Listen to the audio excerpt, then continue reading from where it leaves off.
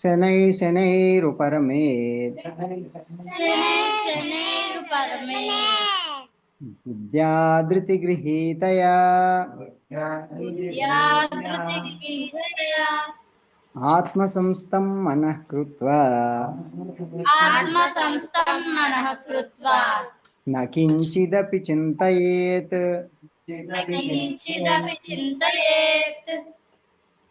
Okay, so కాబట్టి ఆ విధంగా మనం ఇతర చింతన లేకుండా ఉండాలి అని చెప్పారు.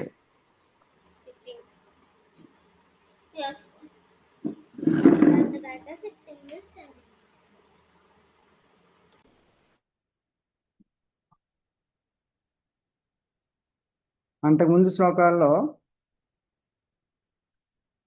యథా వినియతం చిత్తం ఆత్మన్యేవావతిష్టతే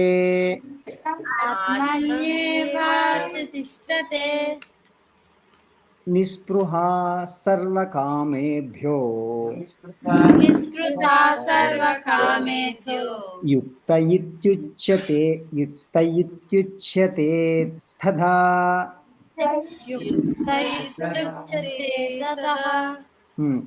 ఎంత చక్కగా చెప్పారు చూడు. అసలు మనసు నిశ్చలంగా ఉండాలంటే ఏం చేయాలి? మనసు నిశ్చలంగా ఉండి ఆత్మయందు స్థిరంగా నిలిచి ఉంటుందో, ఎప్పుడైతే సాధకుడు తన కోరికలను అన్నిటినీ ఏమన్నాడు ఇక్కడ, అన్నిటినీ కూడా విడిచిపెడతాడో, అంటే యథా వినియతం చిత్తం ఆత్మన్యేవా వతిష్టతే నిస్పృహ సర్వకామేభ్యో. సర్వకామేభ్యో అంటే మళ్ళీ ఏ ఒక్కటి కూడా చిన్నది కూడా లోపల ఉంచుకోకూడదు. మనసులో ఏ కోరిక లేకుండా ఉంటాడో, నిలబడతాడో, అప్పుడే యోగములో యుక్తుడు ఉంటాడు. అంటే ఏంటంటే యోగ సిద్ధి కలుగుతుంది అని. ఏమాత్రం ఒక చిన్న కోరికున్నా యోగ సిద్ధి కలగదు. అందుకని చెప్పేసి నిస్పృహ సర్వకామేభ్యో అని చెప్పారు. నిస్పృహ సర్వకామేభ్యో. తర్వాత యుక్త ఇత్యుచ్యతే తథా. యుక్త అంటే ఎవరు తెలివైన వాళ్ళు? ఆ లోపల ఏమి ఇటువంటి కామవాంఛలు లేకుండా ఎప్పుడైతే పరమాత్మ మీద మనసు లగ్నం అవుతుందో వాళ్ళు ధ్యాన యోగంలో స్థిరంగా ఉండగలుగుతారు.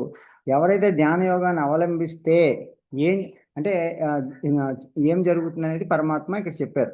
వాళ్ళు పరమశాంతిని పొందుతారు అని మనకి ఇంతకుముందు శ్లోకాల్లో చెప్పి ఉన్నారు. కానీ ఇక్కడ అలా చేయాలంటే అన్ని కోరికలను విడిచిపెట్టాలన్నటువంటిది శ్లోకంలో మనం తెలుసుకున్నాం అనమాట. ఓకే, సో అందుకని ఆత్మ సంయమ యోగం ఎప్పుడు కూడా మనం మర్చిపోకూడదు. ఓకే, నెక్స్ట్ శ్లోకం చదువుకుందాం. 26వ శ్లోకం. నిన్న ఆల్రెడీ చదువుకున్నాం, బట్ ఒకసారి జస్ట్ క్విక్ రివ్యూ చేసుకుంటే మీకు మర్చిపోరు. ఇవి ఎందుకంటే చాలా ఇంపార్టెంట్ శ్లోకాలు. యతో యతో నిచ్చరతి మనశ్చంచలమస్థిరం తతస్తతో నియమ్యైతత్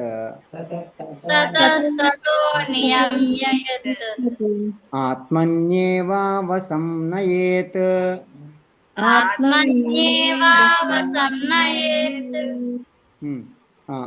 యతో యతో నిచ్చరతి మనశ్చంచలం అస్థిరం. మనసు ఎలా ఉంటుంది? చంచలంగా ఉంటుంది, అస్థిరంగా ఉంటుంది, అటు ఇటు పోతూ ఉంటుంది. అలాంటి దాన్ని అస్థిరమైనటువంటి చంచలమైనటువంటి మనసు ఎక్కడెక్కడికి పోతుందో అక్కడక్కడి నుంచి మళ్ళీ తీసుకురావాలి. ఏం చేయాలి? నీకే చెప్పారు. ఎక్కడెక్కడికి పోతుందో అక్కడి నుంచి మళ్ళీ తీసుకురావాలి. అది చెప్పినోడు కూడా నీ మనసు అటుపోయిందంటే ఇంకేమీ చేయలేం. ఎక్కడెక్కడికి పోతుందో మనసు అక్కడెక్కడి నుంచి వెనక్కి తీసుకురావాలి అని చెప్పారు. ఇక్కడ చాలా జాగ్రత్తగా చూడండి. యతో యతో నిచ్చరతి మనశ్చంచలమస్థిరం తతస్తతో నియమ్యైతత్ ఆత్మన్యేవావసంనయేత్.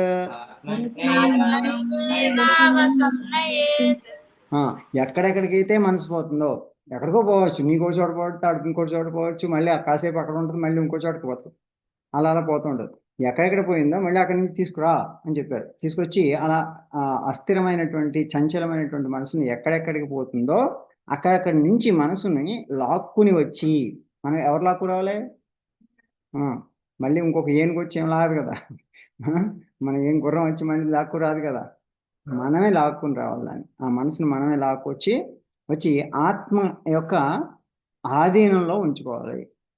ఆత్మ అంటే ఎవరు? నువ్వే ఆత్మస్వరూపాన్ని. నువ్వు మనసు కాదు, నువ్వు ఈ శరీరం కాదు, నువ్వు ఆత్మస్వరూపం. నీ ఆధీనంలో ఈ మనసును ఉంచుకోవాలి. ఎవరి ఆధీనంలో ఉంచుకోవాలి? నీ ఆధీనంలో. ఇది నీ ఆధీనంలో లేదనుకో, అది ఎటో ఎటో పోతుంది అనుకో, నువ్వేమన్నా చేయగలుగుతావా? ఏమన్నా సాధించగలుగుతావా? సాధించలేవు. కాబట్టి ఏదైతే చేస్తున్నావో దాని మీద 100% కాన్సన్ట్రేషన్ పెడితే అన్నిటిలోనూ సక్సెస్ వస్తుందా లేదా? కాబట్టి ధ్యానము అనేటువంటిది ఏంటంటే నీ మనసుని ఒక చోట నిలపడానికి ఫస్ట్ చేసేటువంటి ప్రక్రియ ధారణ, కాన్సన్ట్రేషన్. ఏమంటారు? ధారణ, కాన్సన్ట్రేషన్. కాన్సన్ట్రేషన్ ఎప్పుడైతే నువ్వు వచ్చిందో మనసు ఇక్కడికి పోకుండా అక్కడే నిలబడుతుందో, మనం త్రాటక్రియ చేస్తాం చూసారా? త్రాటక్రియ చేసినప్పుడు ఏం చేస్తాం? ఆ జ్యోతిని అలా చూస్తూ ఉంటాం. ఆ జ్యోతిలో ఉన్నటువంటి ఆ కలర్స్ అలా ఆరంతా కనిపిస్తూ ఉంటుంది. కనిపించి మొత్తం కంప్లీట్, ఇంకా అది తప్ప ఇంకేది కనిపించదు అనమాట. అంత కాన్సన్ట్రేషన్తో చేస్తాం త్రాటక్రియ. చేసేసి ఆ త్రాటక్రియ మెడిటేషన్లోకి వెళ్తాం. మెడిటేషన్లోకి ఏమవుతుంది? ఆ యొక్క ఆరా ఏదైతే ఉందో ఆ విజువలైజేషన్ అంతా అక్కడికి వచ్చేస్తుంది. మళ్ళీ అది తప్ప మనసుకి ఇంకేం కనిపించదు, అది ఒకటే ఉంటుంది. అంటే ఒకే చోట నిలబడిందా? అలా నిలబెట్టడం మనం అలవాటు చేయాలి, మనం ట్రైనింగ్ ఇవ్వాలి. ఎవరికి ట్రైనింగ్ ఇవ్వాలి? ఈ పిచ్చుకోతి. ఎవరికి? మనసు పిచ్చుకోవద్దు కదా. ఓకే, అటు ఇటు పోతూ ఉంటుంది కదా, చంచలమైనటువంటిది. సో దానికి ట్రైనింగ్ ఇవ్వాలన్నమాట. అది. సో కానీ అందుకనే యతో యతో నిశ్చరతి మనశ్చంచలం అస్థిరం తతస్తతో నియమ్యైతత్ ఆత్మన్యేవ వశం నయేత్. వశం అంటే ఆత్మ వశంలోకి తీసుకో. ఎవరిని? మనసుని ఆధీనంలోకి. ఎవరి ఆధీనంలోకి తీసుకోవాలి? మన ఆధీనంలోకి, మనసుని మన ఆధీనంలోకి తీసుకోవాలి, ఆత్మ ఆధీనంలోకి. అది అంటే ఇక్కడ మనం జాగ్రత్తగా గుర్తుపెట్టుకోవాల్సింది అంటే ఈ శ్లోకంలో పరమాత్మ ముఖ్యమైనటువంటి విషయాన్ని దాన్ని స్పష్టంగా చెప్తున్నారు. మనసు ఎలాగైనా చంచలమైందే, కానీ అది ఎక్కడెక్కడ పోతుందో దాన్ని మళ్ళా తిరిగి తీసుకోవాలి. అంతకుముందు శ్లోకంలో ఏం చెప్పారు? శని ఉపరమేత్ అని చెప్పారు కదా. అంటే మళ్ళా ప్రయత్నం చేయాలి, మళ్ళా ప్రయత్నం చేయాలి. ఇది పోతానే ఉంటుంది అది, కానీ మళ్ళా ప్రయత్నం చేసి దానికి ట్రైనింగ్ ఇవ్వాలి. నువ్వు ఇవ్వలేదనుకో జీవితాంతం అలా ఉంటుంది. మనం చూసిన వయసు అయిపోయిన వాళ్ళని చూస్తున్నాం, అనేక రకాల మనుషులు చూస్తున్నాం. ఎంత వయసు అయిపోయినా మనసు నిలబెట్టరు. ట్రైనింగ్ ఇవ్వకపోతే ఏ మనసు నిలబడదు. చిన్నపిల్లల దగ్గర నుంచి పెద్దవాళ్ళ వరకు అదే పరిస్థితి. కాబట్టి ఎవరైతే మనసును నిలబెడతారు చిన్నపిల్లల్లో, ఇప్పుడు మేము పిల్లలందరినీ ఎందుకు ధ్యానం చేయమంటాను? మీరు ఇప్పుడు నిలబెట్టడం చాలా సులువు. పెద్దవాళ్ళని కూర్చుని ధ్యానం చేయమంటే ఏవో రకరకాల ఆలోచనలు ఆలోచిస్తారు. అవునా? తర్వాత ఇక్కడ నొప్పి అంటారు, అక్కడ నొప్పి అంటారు, అన్ని రకాల బాధలు ఉంటాయి వాళ్ళకి. మీకేం బాధ ఉంటుంది? అవునా? ఇప్పుడే చేయలేకపోతే ఇంకెక్కడ ఇప్పుడు చేస్తారు చెప్పండి? కాబట్టి ఇప్పుడు ధ్యానం కరెక్ట్గా చేయగలిగితే జీవితం అంతా కూడా చక్కగా నడుస్తుంది. కాబట్టి చిన్నప్పటి నుంచి కూడా ధ్యానం చేయండి. మళ్ళీ రేపు నుంచి వద్దాం అనుకోకూడదు, ఈవేళ నుంచే. ఇప్పటి నుంచే ఈ క్షణం నుంచే ధ్యానం చేయడం, కాన్సన్ట్రేషన్ చేయడం అలవాటు చేసుకోండి. ఓకే, అందుకని ఈ శ్లోకాలు అసలు మర్చిపోకూడదు అన్నమాట. ఎంత బాగుంటాయి ఇందులో, ఎంత చక్కగా ఉంది చూసా. యతో నిశ్చరతి మనశ్చంచలమస్థిరం తతస్తతో నియమ్యైతత్ ఆత్మన్యేవావశం నయేత్. ఇప్పుడు ఇలాంటి శ్లోకాల్లో చాలా మంచి ప్రాసలతో రాసినటువంటి వేదవ్యాసుడు రాసినటువంటి శ్లోకాలు భగవద్గీత. ఓకే, వ్యాసులు వారు ఎంత చక్కటి శ్లోకాలు ఇచ్చారంటే అసలు ఆ మనసుకు అత్తుకుపోతాయి అనమాట. అంటే ఇప్పుడు నీకు బాగా ఇష్టమైనటువంటిది ఏదైనా స్వీట్ ఉందనుకో, తింటున్నావు, చాలా బాగుందని అనుకుంటాం. తినే కొద్దీ ఇంకా తినాలనిపిస్తూ ఉంటున్నాను. ఓకే, ఇంకా తీయగా ఉందనుకుంటాం. అలాంటి తీయగా ఉండేటువంటి పద్యం. ఎతో ఎతో నిచ్చరత ఎన్నిసార్లు చదివినా మళ్ళీ తీయగానే ఉంటుంది అది, మళ్ళీ చదువుకునేటట్టు అనిపిస్తుంది, అవునా? అంత బాగుంటుంది అనమాట అది. అలాంటి ఆ, శ్లోకాలు ఇచ్చారు భగవద్గీతలో. అంటే కేవలం సందేశం అనే కాదు, నువ్వు చదివేటప్పుడు కూడా దాన్ని మీనింగ్ వచ్చేటట్టు ఇచ్చేస్తారనమాట. ఒకవేళ నీకు ఈ సంస్కృతం రాకపోయినప్పుడు కూడా అది 4 సార్లు చదివితే దాని మీనింగ్ నీ మనసులో వచ్చేస్తుంది. సంస్కృతం యొక్క గొప్పతనం అది. ఏదైనా భాష అయితే నువ్వేం చేయాలి, ఆ అర్థాలన్నీ కూడా డిక్షనరీలో చూసుకోవాలి నువ్వు. కానీ సంస్కృట్లో అడ్వాంటేజ్ ఏంటంటే, నువ్వు సంస్కృత్ రాకపోయినప్పుడు కూడా, నీ సంస్కృత్ రాదు కానీ శ్లోకాన్ని నేర్చుకున్నావు, శ్లోకాన్ని చాంటింగ్ చేస్తుంటే నీ మనసులోకి మీనింగ్ వస్తూ ఉంటుంది. మీరు ఒకసారి గమనిస్తూ ఉండండి ఎప్పుడైనా. అలా మీకు శ్లోకం చాంటింగ్ చేయగా చేయగా చేయగా, అది విష్ణు సహస్రనామైనా భగవద్గీత శ్లోకమైనా, చేయగా చేయగా ఆ పదాలన్నీ కూడా అతుక్కుపోతాయి అన్నమాట మనసుకి. అతుక్కుపోయి ఒక్కొక్క దానికి అర్థం తెలుసుకుంది. హిరణ్మయేన పాత్రేన సత్య శాపీయతను ముఖం, పొద్దున్న సూర్య నమస్కారాలు చేస్తాం. మనం 10 సార్లు చేసేటప్పుడు ఎలా రోజు చేస్తూ ఉంటే కరెక్టే కదా, సత్యశాపి హితన్ముఖం అన్నాం కదా, సరే సత్యముకి దహం, సత్య ధర్మాయ దృష్టయే అన్నావు కదా, సరే సత్యము ధర్మము ఆ దృష్టినే నాకు కలిగి ఉండాలి. అర్థమవుతుంది కదా. ఉమ్, మనకి ఈజీగా అర్థమవుతుంది అనమాట అన్ని. అలా ప్రతి శ్లోకంలో కూడా మీరు నిదానంగా కాన్సన్ట్రేషన్తో చేయాలన్నమాట. అందుకనే సంస్కృతి కాన్సన్ట్రేషన్ ఎందుకు పెంచుతుందంటే, ఎప్పుడైనా చాంటింగ్ చేసినప్పుడు మొత్తం వైబ్రేషన్స్ వస్తే శరీరాన్ని మనసుని కూడా ఒకే చోట పెట్టిస్తుంది అనమాట సంస్కృతి చాంటింగ్ చేసినప్పుడు. అందుకని సంస్కృతంలో ఏది నేర్చుకున్నా అలాగే ఉంటుంది. అది మనం ధ్యానంలో కూర్చున్నప్పుడు పారిపోతే, మనకు చిక్కకుండా పోతే, అటు ఇటు తిరుగుతూ ఉంటే, మనసు చంచలంగా ఉంటే, ఈ శ్లోకంలో చక్కగా వివరించారు. చిన్న ఉదాహరణలు చెప్పుకోవాలంటే, మనం చిన్న పిల్లోడు ఉన్నాడు అనుకో, వాడి పేరేంటి, నిహాల్. నిహాల్ నువ్వు నువ్వు చిన్న పిల్లోడు అను. ఆ పసిపిల్లని బాగా చిన్న పసిపిల్లోడు అను. వాడు బాగా అల్లరవాడు అనుకో. ఓకే, అల్లరి పిల్లోడు అయితే ఏం చేయాలి? ఫస్ట్ వచ్చినోడు వాడు ఏం చేసి అన్నం తిన్నాడు వాడు సరిగ్గా ఏడుస్తుంది. ఆ, అన్నం తినాలంటే ఏడుస్తాడు. అండ్ కసరత్తు చేయాలి తినిపించాలంటే. అదే. అలాగే కొంతమంది పిల్లలు తల్లిని ఇబ్బంది పెడుతూ ఉంటారు, భోజనం చేయకుండా. తల్లి చెప్పిన మాట వినరు. అలాగే అటు ఇటు తిరుగుతూ ఉంటారు.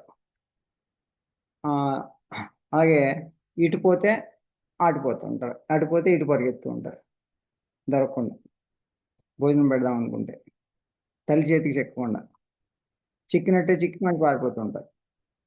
మరి అటువంటి అల్లరి ఆ, పిల్లవాడు తల్లి పట్టుకుని ఏం చేస్తుంది, చంకలో పెట్టుకుని ఆ చిన్న పిల్లవాడు ఉంటాడు, చంకలో పెట్టుకుని ఇంకెక్కడికి పోకుండా పట్టుకుంది కదా, పట్టుకుని ఒక చందమామ చూడు అని చెప్పి మెల్లగా చందమామ రావే అని చెప్పి తినిపిస్తుంది. నీకు చందమామ ఇస్తానే, తింటే ఓ ముద్ద పెట్టుకున్నాను అలా తినిపిస్తాను. ఇప్పుడు చందమామ ఇవ్వట్లేదు, మొబైల్ ఫోన్ ఇస్తానే అని చెప్పి తినిపిస్తున్నా. అందుకని చెప్పి మొబైల్ ఫోన్ అలవాటు అవుతుంది, అవునా? అలవాటు అలా చిన్నప్పటి నుంచి గోరు ముద్దలతో మొబైల్ ఫోన్ అలవాటు చేస్తున్నారు కాబట్టి ఇబ్బంది పడుతున్నారు. అందుకని ఇంతకుముందు మాకు ఇందులో చందమామ పెట్టి ఇచ్చారు, అందుకని మాకు మొబైల్ ఫోన్లతో ఎడిక్షన్ ఉండదు అన్నమాట. అదే కొంతమంది ఇప్పుడు ఈ మధ్య తెల్లలు ఏం చేస్తున్నారంటే మొబైల్ ఫోన్లు చూపించి భోజనం తినిపిస్తున్నారు. అప్పుడు ఏమవుతుంది, నువ్వు ఇప్పుడు చందమామ కనెక్ట్ అవ్వడానికి కారణం ఏంటి? చిన్నప్పుడే చందమామ గురించి, చిన్నప్పుడే సూర్యుడి గురించి చెప్పారు మీకు. ఇప్పుడు చందమామ గురించి సూర్యుడి గురించి చెప్పకుండా ఏం చేస్తున్నారు? ఆ మొబైల్ ఫోన్ చూడడం అయినా నువ్వు భోజనం చేయన్నా కిరికిరి అంతే. ఆడికి ఒక ఏళ్ళు తప్ప అనుకంటే ఏది పని చేయదు అంతే, అయిపోయింది. అలా ఉంటుంది. ఓకే, సో కాబట్టి అంటే అలా ఆ చిక్కనటువంటి వాడిని పిల్లల్ని జాగ్రత్తగా బుజ్జగించి ఎలా అయితే భోజనం పెడుతుందో, ఆ చిక్కనటువంటి అలా అల్లరిలో తిరుగుతుంటారు కదా, అలా అల్లరి పిల్లవాడిని కూడా జాగ్రత్తగా చంకలో తీసుకుని భోజనం పెడతారు కదా. అదే విధంగా మనం ఏం చేయాలంటే, మన మనసు చిక్కదు, అల్లరిగా అటు ఇటు తిరుగుతూ ఉంటుంది, దాన్ని మన సంకలో పట్టుకోవాలి. పెట్టుకుని ఆ మనసుని తీసుకుని సంకలో పెట్టుకుని దానికి మెల్లగా బుజ్జగించాలి ముందుగా, నేను అక్కడికి ఇటు పోకపోని చెప్పి మెల్లగా బుజ్జగించి అటు ఇటు చందమామలు చూపించి కాన్సన్ట్రేషన్ పెట్టారనమాట. అందుకని మనం శ్లోకాలు చదువుతాం, భూర్భువ స్వహ, ఓంకారం, ఇవన్నీ చేస్తే అప్పుడు ఏమవుతుంది మనసు అక్కడికి నిలబడుతుంది కొంచెం అట్లా. సో అలా ఏంటంటే ఒక సందమామ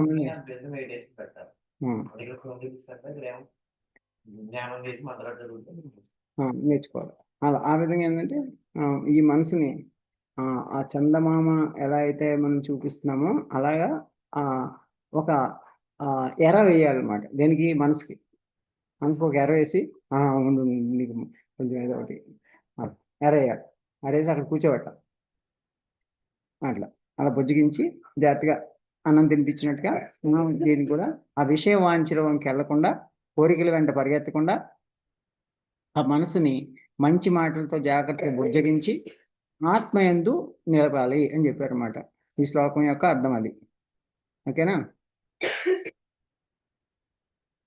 ఇది ఒకసారి చేస్తే కుదిరేది కాదు. మరి రోజు ధ్యానం ఎందుకు? ఒకసారి చేసేస్తే అయిపోతుంది. ఒరే ఇవాళ తినేసి వదిలేస్తే అయిపోతుందా? మళ్ళీ రేపు తినకాకుండా కుదురుతుందా? మళ్ళీ ఆకలేస్తుందా లేదా? మరి ఇవాళ చేస్తే సరిపోతుంది. ధ్యానం రేపు చేయొద్దా? రేపు చేయాలి. ఎందుకంటే మళ్ళా ఆ ట్రైనింగ్ మరలా ట్రై చేస్తూ ఉంటే తప్ప ఆ మనసు తగ్గ అలా మళ్ళా చేయగా ఏమవుతుంది? ఒకసారి 2 సార్లు అలా కొంచెం కష్టం అవుతుంది. మెల్లగా మనసు కంట్రోల్లోకి వస్తుంది. నువ్వు అలవాటు అయిన తర్వాత ఏమవుతుంది? మనసు నిలబడిపోతుంది. డీప్ మెడిటేషన్లోకి వెళ్ళిపోయి నీ యొక్క ఆత్మ వైపు మెల్లగా ప్రయాణిస్తూ ఉంటావు. నీలో శక్తి అంతా బయటకు వస్తూ ఉంటుంది. జ్ఞానం అంతా బయటకు వస్తూ ఉంటుంది. ఆ విధంగా నువ్వు ఎంతో శక్తివంతుడు, జ్ఞానవంతుడు అవుతావు. అలా మనసుకి ట్రైనింగ్ ఇవ్వాలన్నమాట. ఎప్పుడైతే అందుకని నేను ముందు చెప్పు శ్లోకంలో ఏం చెప్పుకున్నావు? బుద్ధ్యా ధృతి గృహీతయ. నువ్వు ధైర్యం ఉంటే కానీ చేయలేవు ఇది. పిరికోడు చేయలేడు. పిరికోడు మెడిటేషన్ చేయడు. పిరికోడు ఎప్పుడు కళ్ళు అల్లి చూస్తుంటాడు. అది పిరికి పని అనమాట. ధైర్యం ఉన్నవాడే చేస్తాడు. ఎవరు చేస్తారో? ధీరుడే ధ్యానం చేయగలడు. ఎవరు చేస్తారో? ధీరుడే ధ్యానం చేయగలడు. అందుకని ధీరుడివై ఉండాలి.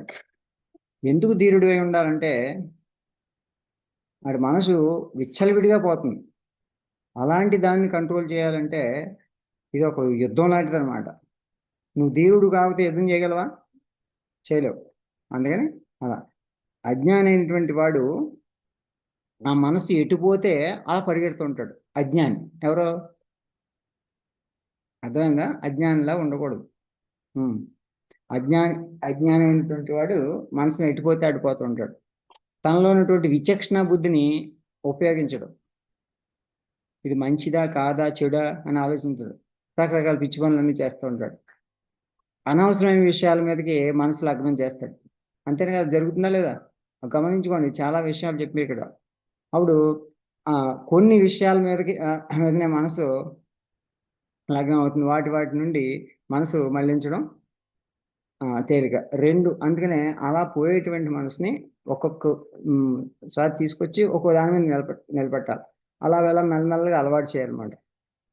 సో కాబట్టి అది తాత్కాలికంగా జరుగుతుంది. అలా చేయగా అది తాత్కాలికంగా వైరాగ్యం కలిగేటువంటి అవకాశం ఉంటుంది. అప్పుడు మనసుకు కొంచెం తేలిగ్గా మరల్చుకోవచ్చు.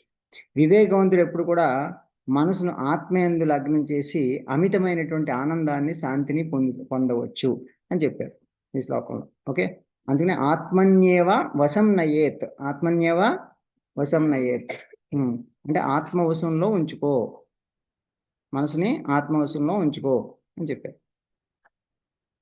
సో దానికి కావాల్సిందల్లా ఏంటి? ప్రాపంచిక విషయాల మీదకి ఎక్కువగా సంగమం అటాచ్మెంట్ పెట్టుకోకుండా మన ఆలోచనలన్నీ కూడా ఆత్మ వైపు, ఆత్మ జ్ఞానం వైపు, నేను ఆత్మజ్ఞానాన్ని పొందాలనేటువంటి లక్ష్యంతో మనం ముందుకెళ్ళాలన్నమాట. ఓకే, నెక్స్ట్ 27వ శ్లోకం. ప్రశాంత మనసంహేనం యోగినం సుఖముత్తమం. యోగినం సుఖముత్తమం ఉపైతి శాంతరజసం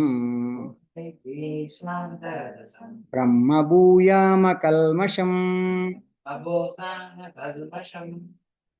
బ్రహ్మభూతామకల్మషం. ప్రశాంతమైనటువంటి మనసు కలవాడు మనసులో ఎటువంటి దురాలోచనలు కల్మషము లేనటువంటి వాడు రజోగుణము అంటే రజోగుణం అంటే ఏంటంటే ఈ కోరికలు కోపం ఏంటి కదా అవన్నిటిని పూర్తిగా లేనటువంటి వాడు, అలాగే ఆత్మ సాక్షాత్కారం పొందినటువంటి వాడు, అటువంటి యోగి ఉత్తమమైనటువంటి సుఖమును ఆనందాన్ని అనుభవిస్తాడు అని చెప్పారన్నమాట. అది ధ్యాన యోగం వలన కలిగేటువంటి లాభం ఏంటంటే, నువ్వు ధ్యానం చేస్తే ఏం లాభం కలుగుతుంది? ధ్యానం చేస్తే ఏం కలుగుతుంది? అన్నిటికంటే ఎంతో గొప్ప ఆనందం కలుగుతుంది. ఎంతో ఉత్తమమైన అలాంటి యోగి కావాలి నువ్వు. కాబట్టి ధ్యాన యోగం అవలంబించడం ఎంతో ఉత్తమం అనమాట. అది నీకు ఎంతో మేలు చేస్తుంది. సో కాబట్టి సో చాలా మందికి ధ్యానం చేస్తే ఏం లాభం, పకోడీలు తింటే పోలేదా అనుకుంటా. ఏదో తిండి మీద ధ్యాస వెళ్తుంది తప్ప ఈ ధ్యానం మీదకి మనసు వెళ్ళదు. ఎందుకు వెళ్ళదు? ధ్యానం అంటే నిద్ర ఎందుకు వస్తుంది? ధ్యానం అంటే నిద్రలోకి ఎందుకు వెళ్ళిపోతున్నారు? ధ్యానం అంటే మనసు అటు ఇటు ఎందుకు పోతుంది, కళ్ళు ఎందుకు తెరుస్తారు? కారణం ఏంటంటే ధ్యానం మీద ఆ ఆనందాన్ని అనుభవించేటువంటి ఆ యొక్క జ్ఞానం లేదు. జ్ఞానయోగం చాలా మంది అంతే, ధ్యానం ఏం చేస్తాంలే అని అనుకుంటూ ఉంటారు, ఎప్పుడో చేద్దాంలే అని అనుకుంటూ ఉంటారు. దానివల్ల నష్టపోతారు అనమాట. ఈ యొక్క ఆనందాన్ని అంతటినీ కోల్పోతారు. సో ఏదో ఒక పని చేస్తే కాస్త సుఖం కలగవచ్చు, కానీ ధ్యానం చేస్తే అనంతమైనటువంటి ఆనందం కలుగుతుంది. సో అటువంటి అనుభవం మీకు ఒకసారి వచ్చిన తర్వాత మళ్ళీ ధ్యానాన్ని విడిచిపెట్టరు. అంత గొప్పది ధ్యానం అనమాట. అర్థమైందా నీకు? అర్థమైందా నీకు? అందుకని ధ్యానం చేసేటప్పుడు అటు ఇటు దిక్కులు చూడకుండా కరెక్ట్గా స్ట్రైట్గా కూర్చొని చేయాలి. ఇక్కడ నెక్స్ట్ శ్లోకం.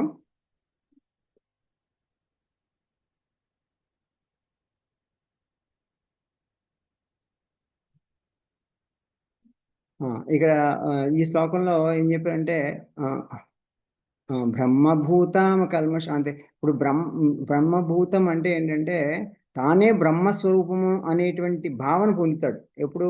నువ్వు ఎప్పుడైతే పూర్తిగా ఆత్మయందుని మనసు లగ్నం చేసి ధ్యానంలో మునిగిపోయావు అనుకో, నీకు భగవంతుని యొక్క భావన కలుగుతుంది.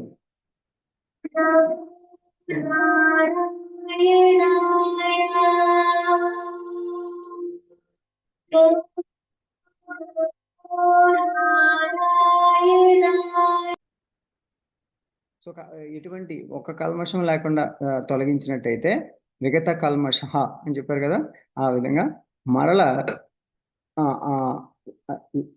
మనం ఇంతకుముందు చెప్పుకున్న శ్లోకంలో లాగా లాలించి బుజ్జగించి తీసుకొచ్చి ఆత్మలో నిలిపితే ఏమవుతుంది? బ్రహ్మ సంస్పర్శ. ఇక్కడ బ్రహ్మ సంస్పర్శ మత్యంతం. ఇక్కడ ఏంటంటే సంస్పర్శ కలుగుతుంది అంటే, ఇప్పుడు మనం పిల్లలప్పుడు ఏమో ఆడుకుంటుంటారు, హైడ్ అండ్ సీక్ ఇలాంటివి ఆడతారు కదా, ముట్టుకునే ఆట. ముట్టుకోవాలి, పరిగెత్తుంటే మనం వెళ్ళి ముట్టుకుని రావాలి, టచ్ చేసి ఆడతారు కదా. సో అలా ఆడుకున్నప్పుడు ఏం చేస్తారు, టార్గెట్ ఏముంటుంది, పట్టుకుని రావాలి. అట్లా టచ్. ఇక్కడేంటి, బ్రహ్మస్పర్శ కలుగుతుంది అన్నారు. బ్రహ్మస్పర్శ అంటే నువ్వు భగవంతుని ముట్టుకుందామని పరిగెత్తుతున్నావు అనుకో, ఎవరిని పట్టుకుందామని వెళ్తున్నావు? నువ్వు ఏదో ఎదుగుతున్నావు, రోజు ఏదో ఒకటి ఎదుగుతూనే ఉంటావు. కానీ నువ్వు ఎప్పుడైతే భగవంతుని ఎదగడం మొదలుపెట్టావో, ఈ విధంగా ఎతికితే ఏమవుతుంది? బ్రహ్మస్పర్శ కలుగుతుంది. అంటే దేవుని నువ్వు ముట్టుకుంటావు అని చెప్పారు. అంటే దేవుడు నీ దగ్గరే ఉన్నాడు, అంతే కదా, బ్రహ్మస్పర్శ కలుగుతుంది. అది సులభమైనటువంటి ఉపాయము అని చెప్పారు అన్నమాట. అంటే బ్రహ్మస్పర్శ కలగడానికి నువ్వు ఏదైనా చెయ్యి. అన్నిటికంటే ఉత్తమమైనటువంటి మార్గం ఏంటంటే, ఇలా మనసుని ట్రైనింగ్ ఇచ్చి ఇప్పుడైతే ధ్యానంలో కూర్చుంటావో అత్యంత సులువుగా భగవంతుని స్పర్శ కలుగుతుంది. అంటే భగవంతుని ఈజీగా దర్శించే మార్గం ఏంటంటే, నువ్వు లైన్లో నిలబడి ఎన్ని గుళ్ళకి వెళ్ళినా, ఎక్కడికి తిరిగినా నీకు అక్కడ ఏదో కనిపించవచ్చు, కానీ నువ్వు నిజంగా ఆత్మలో చూడలేవు, నీకు అది నిలబడదు. కానీ నువ్వు ఎప్పుడైతే ధ్యానంలో ఉన్నావో, ధ్యానంలో కూర్చున్నప్పుడు అంత బ్రహ్మస్పర్శ కలుగుతుంది ఇమీడియట్. ఇప్పుడు అక్కడే కూర్చుని ధ్యానంలో కూర్చుని పవిత్రంగా అయినటువంటి మనసుతో ధ్యానించావు అనుకో, నువ్వు దర్శనం చేసుకోలేవా? అక్కడ కాశీ విశ్వేశ్వరుడిని అయినా దర్శించుకోవచ్చు, తిరుపతి వెంకటేశ్వర స్వామిని అయినా దర్శించుకోవచ్చా? మనసులో లేదా? అక్కర్లేదా? చేయగలమా లేదా? అంటే ఒకసారి అలా మనసు నిలబెట్టామంటే అక్కడ కాసేపు అది 1 నిమిషం వచ్చి ఇలా లాగి పడేస్తారు అక్కడ. నువ్వు నిన్ను ఎవడో లాగడు. అక్కడ కూర్చుని మనసులో దర్శించు. ఆ దర్శించి అలాగే ఆ మనసుని లగ్నం చేయి. వెంటనే నీకు స్పర్శ కలుగు, బ్రహ్మ స్పర్శ. అంటే అక్కడ ఆ భగవంతుని యొక్క దర్శనం అయింది. అయిన తర్వాత ఏం చేసావు? నిన్ను ఎవడో పొమ్మనివాడు లేడు, నువ్వు పోవాలి తప్ప. నువ్వు అక్కడే నిలబెట్టి మనసుని, అక్కడనే ఉంటుంది మనసు. అది ధ్యానం అంటే. అర్థమైందా? నువ్వు ఫిజికల్గా వెళ్ళి చూడడం వేరు, కానీ ఆత్మయందు దర్శించడం వేరు. సో కాబట్టి నువ్వు అన్ని పుణ్యక్షేత్రాలని ప్రతిరోజు దర్శించగలుగుతావు నువ్వు ఇలా చేయగలిగితే. అంటే ఏంటి? అన్నిటికంటే సులువైన మార్గం ఏది? బ్రహ్మస్పర్శ. ధ్యానమే. ధ్యాన యోగంలో చేయగలుగుతావు. కాబట్టి నువ్వు ధ్యాన యోగంలో చేయాలంటే ఏం చేయాలి? నీ మనసు కల్మషాల నుంచి తొలగించాలి. కల్మషాలను, మనలో కల్మషాలు ఎందుకున్నాయి అసలు? ఎందుకున్నాయి? మనం మామూలుగా ఉన్నాం, స్నానం చేయలేదు, ఏమవుతుంది? ఏమవుతుంది? అంతా డస్టీగా ఉంటుంది మొత్తం, ఇదంతా కూడా చెమట వస్తుంది. ఎంత ఆ, ఉమ్, ఈ మురికి అంతా దీనిలో శరీరానికి ఉంటుంది. అదే విధంగా ఈ యొక్క డస్టీగా, స్మెల్లీగా ఎలాగైతే ఆ, అపవిత్రంగా శరీరం ఉంటుందో స్నానం చేయకపోతే, ధ్యానం చేయకపోతే మనసు కూడా అలాగే ఉంటుంది. కాబట్టి మనసును మళ్ళా మళ్ళా తీసుకొచ్చి ఆ ఉమ్, ఆత్మయందు నిలపమని ఎందుకు చెప్పారంటే, శనైర్ ఉపరమేత్ బుద్ధ్యాదితి విహృదయ ఆత్మ సంస్థం మనఃకృత్వ నకించిదపి చింతయేత్. అటువంటిది చేస్తే ఏమొస్తుంది అనేది దీంట్లో శ్లోకంలో చెప్పారనమాట. నువ్వు ఎంత కష్టమైనా అవని, కానీ రోజు మాత్రం ధ్యానం చెయ్యి. నేను అందుకని ఫస్ట్ మనం టైం టేబుల్లో ఏం పెట్టుకున్నాము? స్నానం, ధ్యానం. స్నానం, ధ్యానం. పొద్దున్న 5 గంటలకి, సాయంత్రం 5 గంటలకి తప్పనిసరిగా ఇది ఒక టైం టేబుల్లో పెట్టుకోవాలి అందరూ కూడా. ఎవరైనా ప్రతి వాళ్ళు పెట్టుకోవాలి. మార్నింగ్, ఈవినింగ్ స్నానం, ధ్యానం. శరీరాన్ని శుభ్రం చేయాలి. ఈ అలాగే మనసును శుభ్రం చేయాలి. మనసుకి ధ్యానం. అది. సో ఆ విధంగా మనం ప్రతిరోజు ఒక షెడ్యూల్ ప్రకారంగా చేసినట్టయితే చక్కగా ఆ కల్మషాలన్నీ తొలగిపోయి పవిత్రంగా ఉంటుంది మనకి. ఇప్పుడు చూడండి, మీకు ఆ అంతా నువ్వు చెమటలు పట్టవచ్చు, ఫ్రెష్గా స్నానం చేసావు, ఫ్రెష్ అంటే అప్పుడు చాలా ఆనందం అనిపిస్తుందా నీకు? ఫ్రెష్గా అనిపిస్తుందా? అది శరీరం శుభ్రం అయితేనే అంత ఆనందం అనిపిస్తుంది కదా. నువ్వు మనసుని అలా కాసేపు ఒక 10 నిమిషాలు ధ్యానం చేసి చూడు, ఎంతో ఆనందం కలుగుతుంది, ఎంత ఫ్రెష్నెస్ వచ్చేస్తుందో. అది ఎప్పుడు వస్తుంది? నేను చెప్తే వస్తుందా మీకు? ఇది స్వీట్ చాలా తీయగా ఉంది అని చెప్పి నేను తిని చెప్పాను అనుకోండి, మీకేం తెలుస్తుంది? మీకు పెడితే మీరు తింటే అర్థమవుతుంది. కాబట్టి ఏంటంటే, ఈ జ్ఞానం నేను చేసిన తర్వాత ఓ బ్రహ్మస్పర్శ కలిగింది అంటే మీకేం తెలుస్తుంది? కాబట్టి మీరు ధ్యానం చేసి ఆ డీప్గా వెళ్ళిపోయి అటువంటి పవిత్రత లేనటువంటి మనసు, కల్మషం లేనటువంటి మనసు ఒక్కసారి ఏర్పడిన తర్వాత ఎంత ఫ్రెష్గా ఉందో అని అనిపిస్తుంది కదా. అలాంటిది ఏంటంటే, ఎక్స్పీరియన్స్ అనేది చాలా ఇంపార్టెంట్. అందుకని ఏంటంటే, ఈ యోగ సాధన అనేటువంటిది ఎక్స్పీరియన్షియల్ నాలెడ్జ్. అసలు థియరిటికల్ నాలెడ్జ్ అనేటువంటి మర్చిపోవాలి. థియరిటికల్ నాలెడ్జ్ కానే కాదు అసలు ఇది సబ్జెక్ట్. అందుకని ఆ ఎక్స్పీరియన్స్ అలా డీప్గా చేసుకుంటూ వెళ్ళాలి. ఏదో ఒక టైంకి వస్తుంది అనమాట. ఆ టైం వరకు పేషెన్స్ ఉండాలి. పేషెన్స్ ఉండాలంటే ఏం చేయాలి? నువ్వు ఏదో ఒక దాని మీద కాన్సన్ట్రేషన్ పెట్టాలి. అందుకని మనం ఏం చేస్తూ ఉంటాం? ప్రతి విషయాన్ని కూడా చాలా స్పష్టంగా అబ్జర్వ్ చేస్తూ ఉంటాం. ప్రతి ఆసనం చేస్తే ఆసనాన్ని, ప్రాణాయామం చేస్తే ప్రాణాన్ని అబ్జర్వ్ చేసుకుంటూ నెమ్మదిగా మనసుని అక్కడే నిలబడడానికి ప్రయత్నం చేస్తుంటాం. ఒక దాని మీదకి వచ్చింది, ఒక దాని మీదకి వచ్చిన తర్వాత మెల్లగా దాన్ని ఆత్మ తిప్పుతావు. అలా నువ్వు ఒకసారి కంట్రోల్లోకి వచ్చిన తర్వాత ఏం చేసి మనసుని ఎక్కడికైనా తిప్పుకోవచ్చు. నీ చేతిలోకి వచ్చేసింది కదా, అప్పుడు తిప్పుకొని అలా పరమాత్మ ఏందో లగ్నం చేసావు. నీ గోల్ ఏముంది? వెంకటేశ్వర స్వామిని దర్శించుకోవాలనుకున్నావు అనుకో, వెంటనే ఒక్క సెకండ్లో దర్శనం అయిపోతుంది నీకు. అవుతుందా లేదా? అంటే నీ మనసు నీ కంట్రోల్లో ఉంది. నువ్వు అలా కళ్ళు మూసుకోగానే అక్కడ తిరుపతి దర్శనం అయిపోయింది. నువ్వు టికెట్ తీసుకోక్కర్లేదు, లైన్లో నిలబడక్కర్లేదు, లైన్లో నిలబడక్కర్లేదు, ఊరికే డబ్బులు ఖర్చు పెట్టక్కర్లేదు, మెట్లు ఎక్కక్కర్లేదు. చూడు, అంత సింపుల్గా అయిపోయింది. అదే దానిలో ఉన్న మహత్యం ఏంటి? కేవలం మనసుని అదుపులో చేసుకోవడం, మనసుని మన కంట్రోల్లో పెట్టుకోవడం. కంట్రోల్లో పెట్టుకోవడం వల్ల అంత గొప్ప లాభం అనమాట. నువ్వు ఏమి చెయ్యాలనుకుంటే అది ఇమీడియట్ చేసేయచ్చు. మళ్ళీ ఇంకోటి మళ్ళీ వెయిట్ చేయాల్సిన అవసరం కూడా లేదు. అది అంత ఈజీగా ఉంటుందన్నమాట. నువ్వు ఎక్కడైనా చేసుకోవచ్చు అలా, ఏ దర్శనాన్ని చేసుకోవచ్చు. అంతేకాకుండా ఏదైనా సాధించవచ్చు. నువ్వు ఏదైనా ఒక దాని మీద అనుకున్నావు అనుకో, ఆ పని అయిపోతుంది, సక్సెస్ అయిపోతావు. ఎందుకు? నీ మనసు అంత కాన్సన్ట్రేషన్తో ఉంటుంది, కల్మషాలు లేవు, నువ్వు ఏదనుకుంటావో అది సాధించగలుగుతావు. లేదంటే ఏమవుతుంది? అపోహలు, భయాలు, లోపలంతా ఓ గందరగోళం, మనసు అంతా కకలవికలం అయిపోతుంది. ఎప్పుడు ఇదే గొడవ. అంత మనసు ఎందుకు? కంట్రోల్ లేక.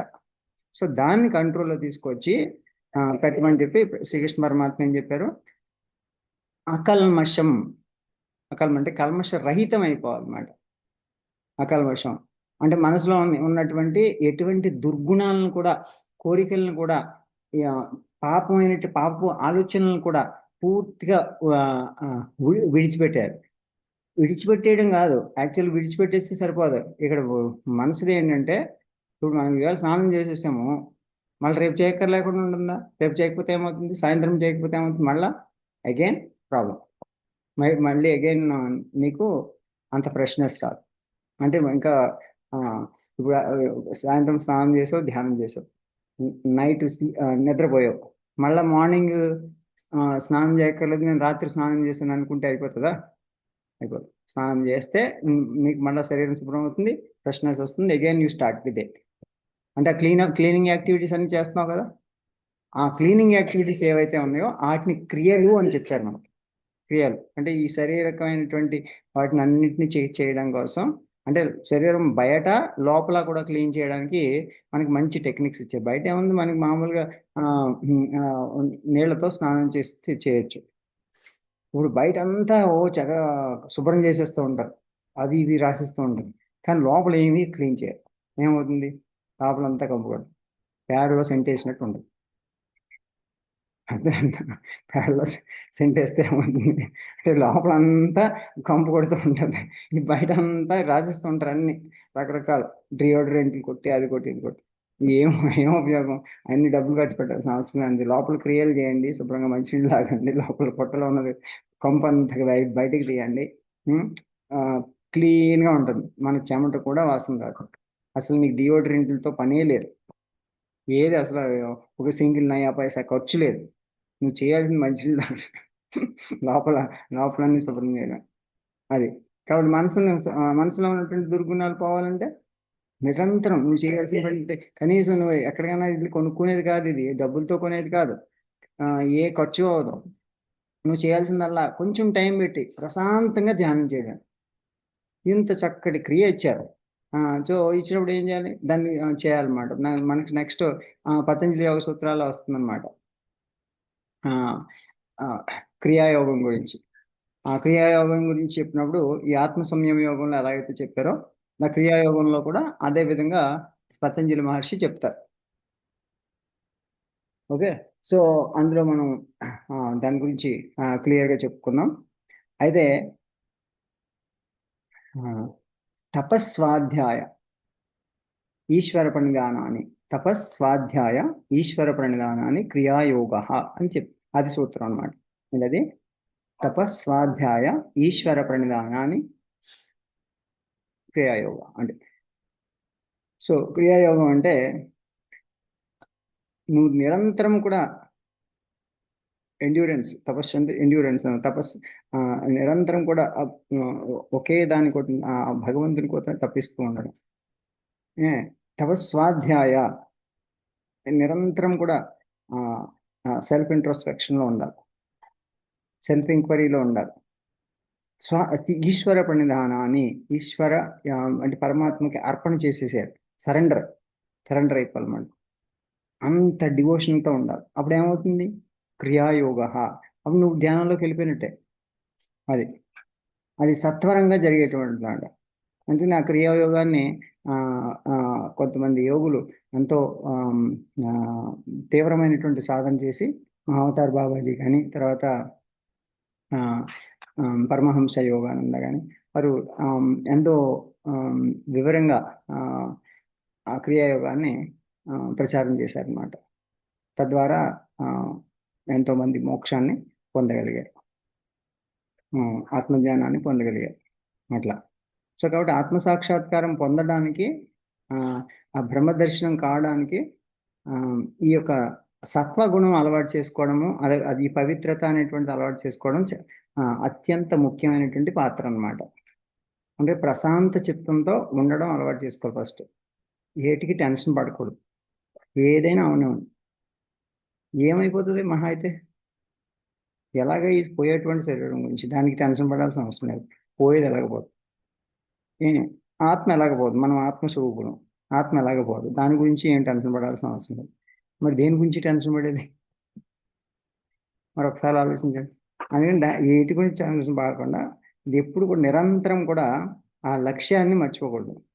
మనం చెప్పుకున్నాం కదా, పతంజలి యోగ సూత్రాల్లో చెప్పినటువంటి ఒక సూత్రం ఏంటంటే, do not lose the sight of the goal అంటారు. మనం ఏం చేస్తే ఏదైనా పని చేస్తున్నప్పుడు ఏదో ఇంకో మళ్ళీ ఏదైనా డీవియేషన్ వచ్చింది అనుకో, ఈ పని వదిలేసి దానికి పోతుంటారు ఎక్కువ. అవునా కదా?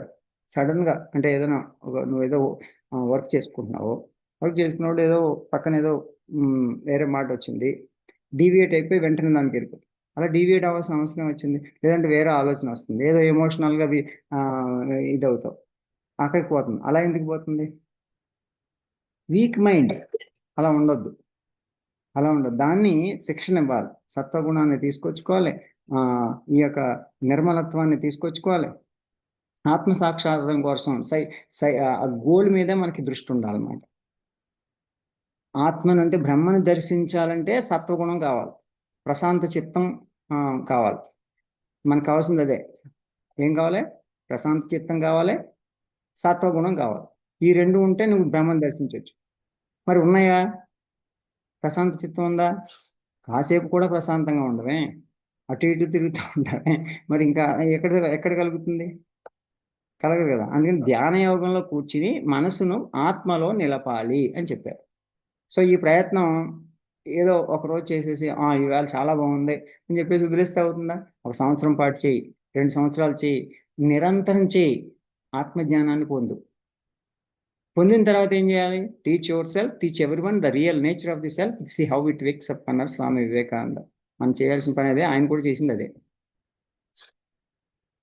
నువ్వు ఎంత నీ యొక్క గొప్పతనాన్ని నువ్వు తెలుసుకో, ఆ ఆత్మ గొప్పతనం నువ్వు తెలుసుకున్న నీ తత్వాన్ని నువ్వు తెలుసుకున్న తర్వాత అదే తత్వాన్ని అందరికీ బోధించు అని చెప్పారు. కాబట్టి నువ్వు ఆత్మతత్వానివి.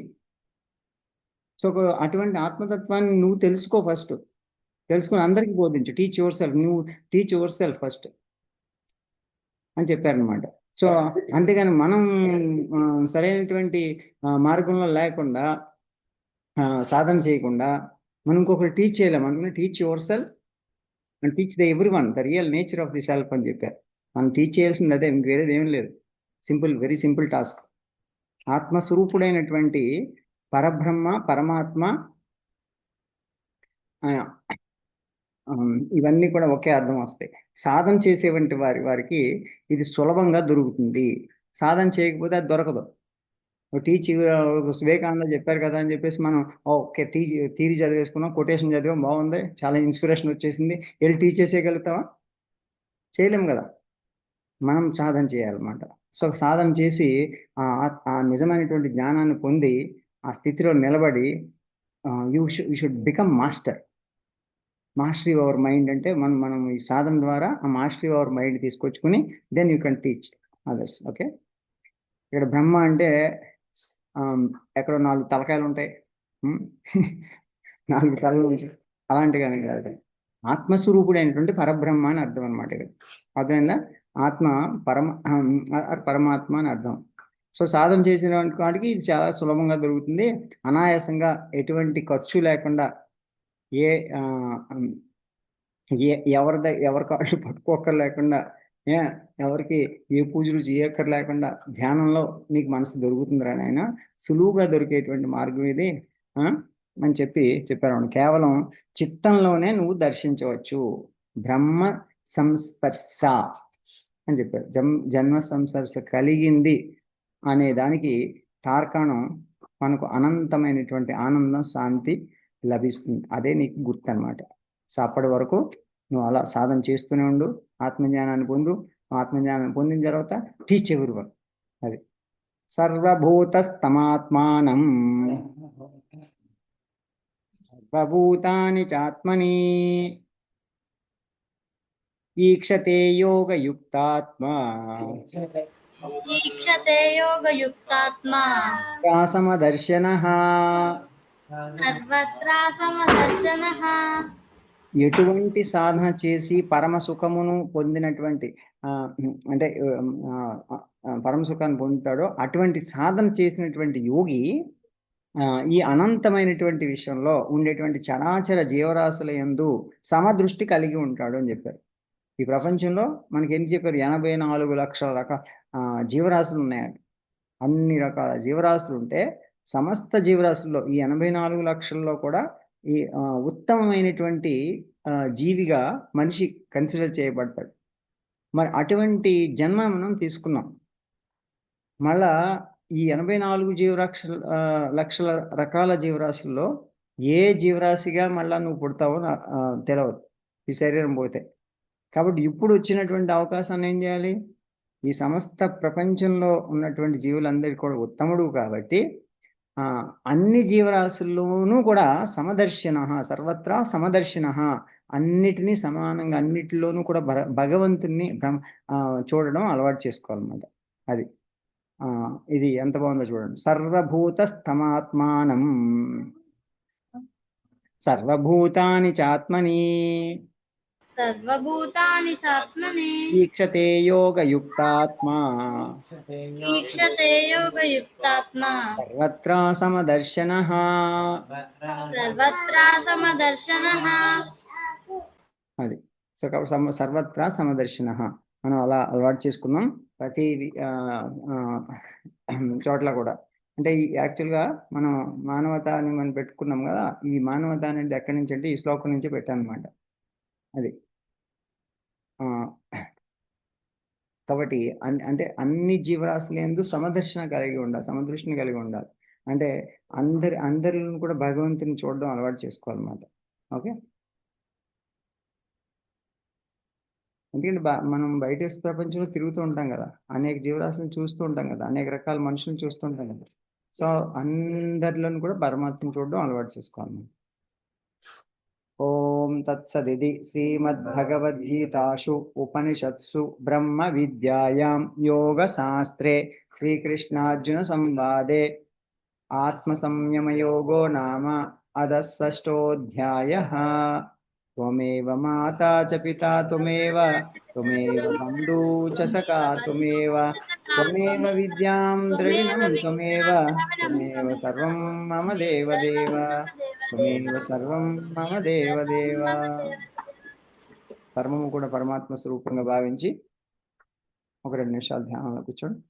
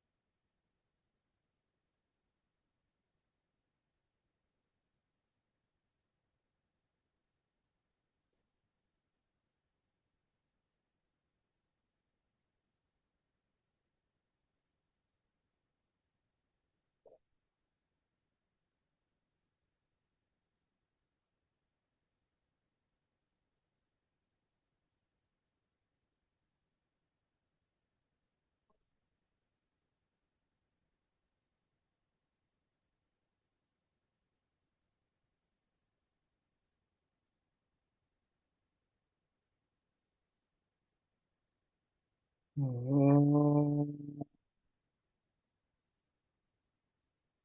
ఓం.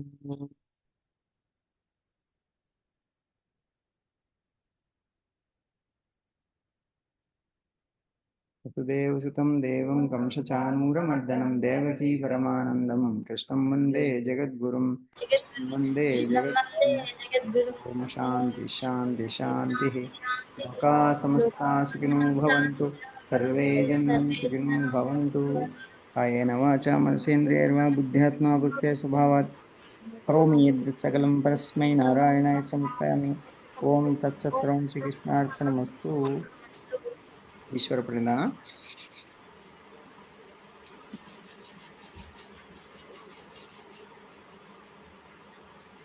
థ్యాంక్ యూ జై శ్రీరామ్ జై శ్యామ్ స్వామి.